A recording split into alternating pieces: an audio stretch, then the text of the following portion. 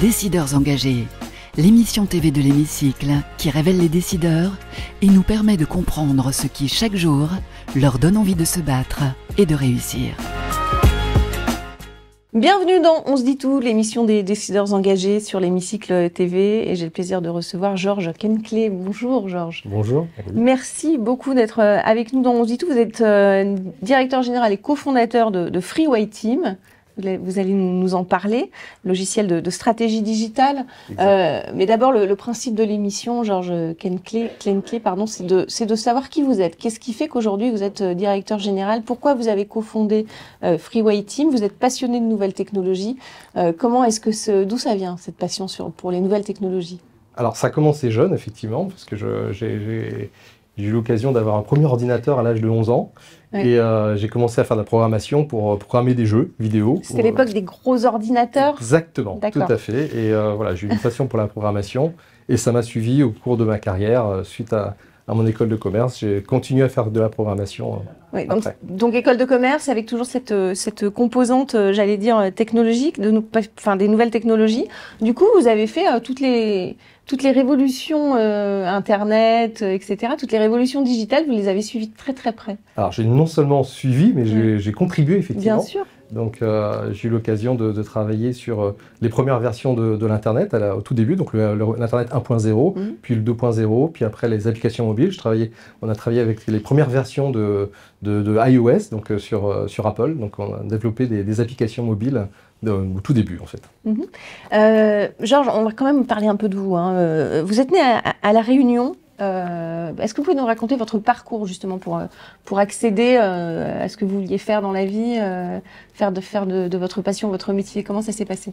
Alors effectivement, je suis né à l'île de La Réunion, j'y ai vécu jusqu'au bac à 17 ans. J'ai dû partir en métropole à Paris pour faire mes études supérieures parce qu'à l'époque il n'y avait pas d'études supérieures ou très peu effectivement à l'île de La Réunion. Et donc voilà, il y a eu un premier déracinement et qui était, on va dire, bénéfique parce qu'effectivement, ça m'a ouvert sur le monde parce que La Réunion, c'est une petite île. Bien sûr.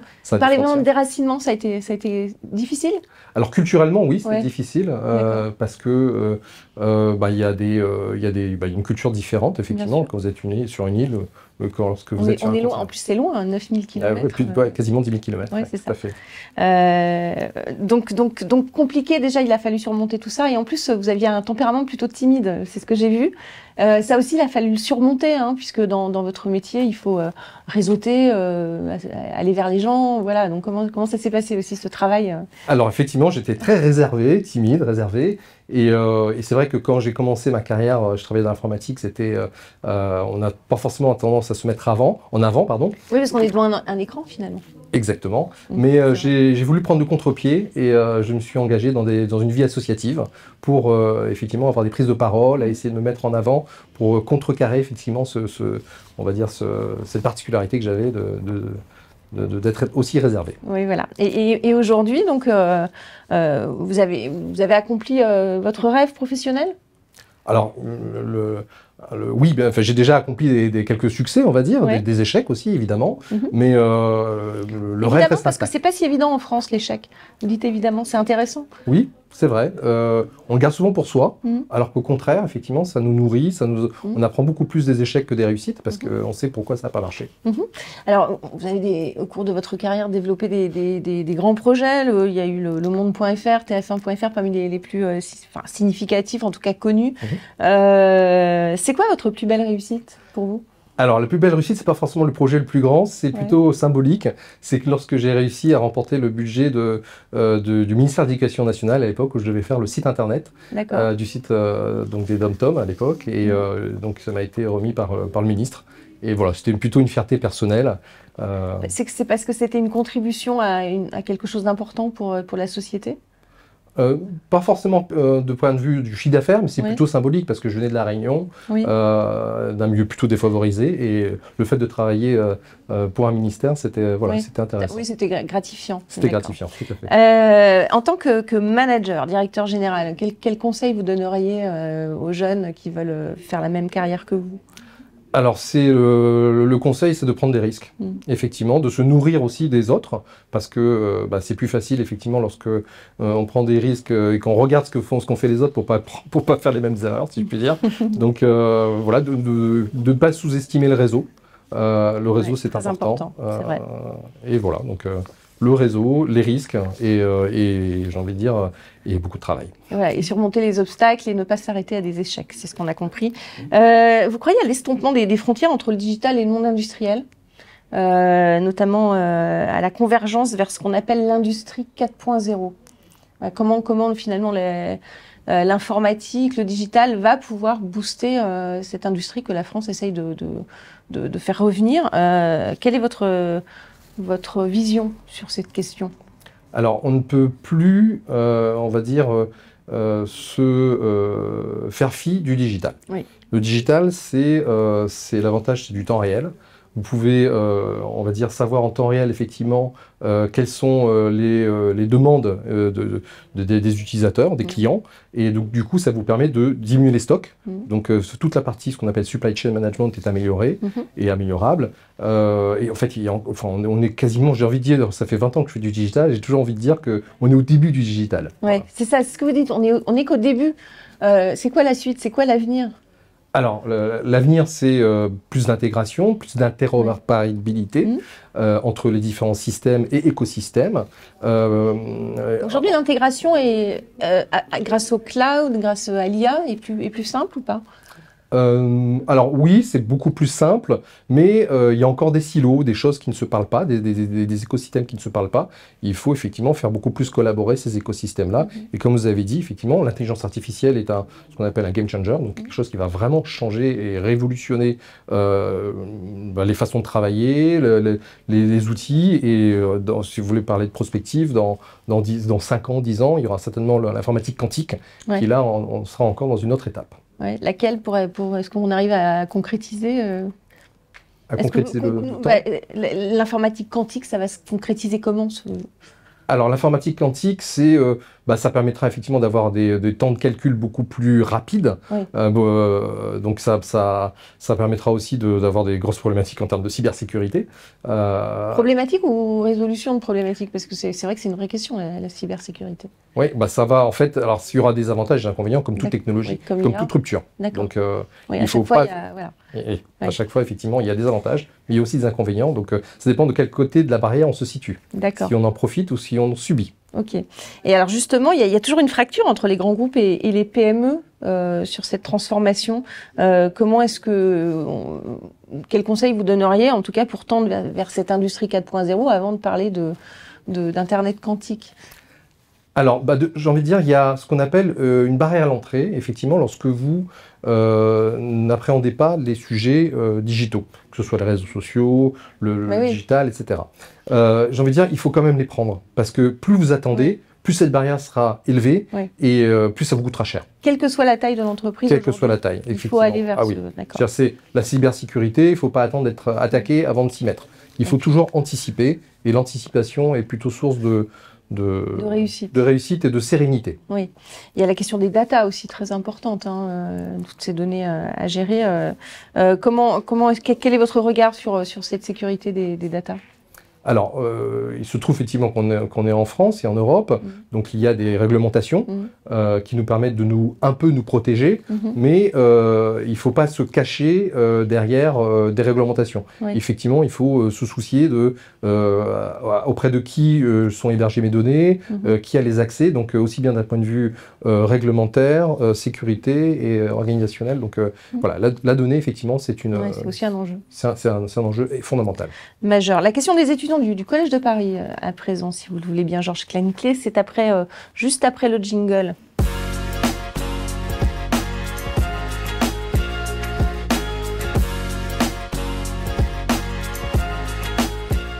Georges Klein-Clay, la question du Collège de Paris, communauté d'écoles qui rend l'excellence accessible à tous, c'est celle-ci, celle que vous avez choisie. Quelle est la valeur qui représente le plus votre entreprise et comment se traduit-elle concrètement, cette valeur ? Alors, la valeur, c'est le partage. C'est-à-dire qu'en gros, on partage énormément au niveau des collaborateurs et bien sûr au niveau des clients, de retours d'expérience. On fait des réunions, ce qu'on appelle des chez nous des daily, on a beaucoup d'acronymes en anglais, désolé. Donc voilà, on fait des réunions régulières pour savoir effectivement comment se comportent les équipes et quel est le retour des clients. C'est surtout les retours des clients qui nous intéressent. Donc le partage. Communiquer, c'est très important. Même dans le digital, et pas forcément que par email. Donc voilà. En fait, le problème du digital, c'est qu'on a plusieurs canaux, il y a plein d'outils différents et ça tue un peu la communication. Donc j'insiste beaucoup sur le présentiel. Le partage en présentiel. Exactement. Très important. La question du World Impact Summit, à présent, le World Impact Summit, le sommet international des solutions RSE à impact positif, et c'est juste après le jingle.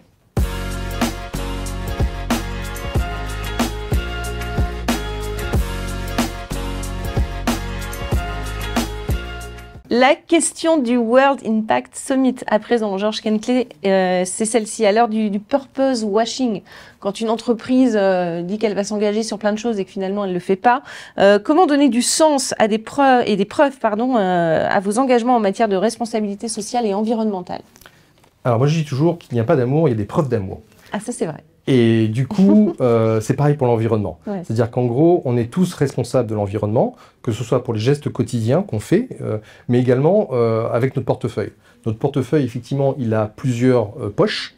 Il y a une poche sur la partie consommation, donc qu'est-ce qu'on consomme, auprès de qui on consomme, est-ce qu'on consomme auprès d'acteurs français ou européens ou étrangers, que ce soit des produits ou des services ou des données, donc ne jamais oublier les données, et aussi l'investissement. C'est-à-dire qu'en gros, lorsque vous investissez effectivement dans une société, souvent sous soucier effectivement quels sont les actionnaires et d'où ils viennent, et c'est mieux d'investir en Europe parce que c'est là où on habite, tout simplement. Oui, donc privilégier le Made in France dans la mesure du possible, le Made in Europe. Le Made in France, le Made in Europe et les circuits courts. Les circuits courts, exactement, tout à fait. Éco-responsable, être éco-responsable. Georges Kentley, à présent c'est vous qui allez poser les questions. Question à nos hommes politiques, aux personnes qui nous gouvernent. C'est juste après le jingle, la question de l'hémicycle.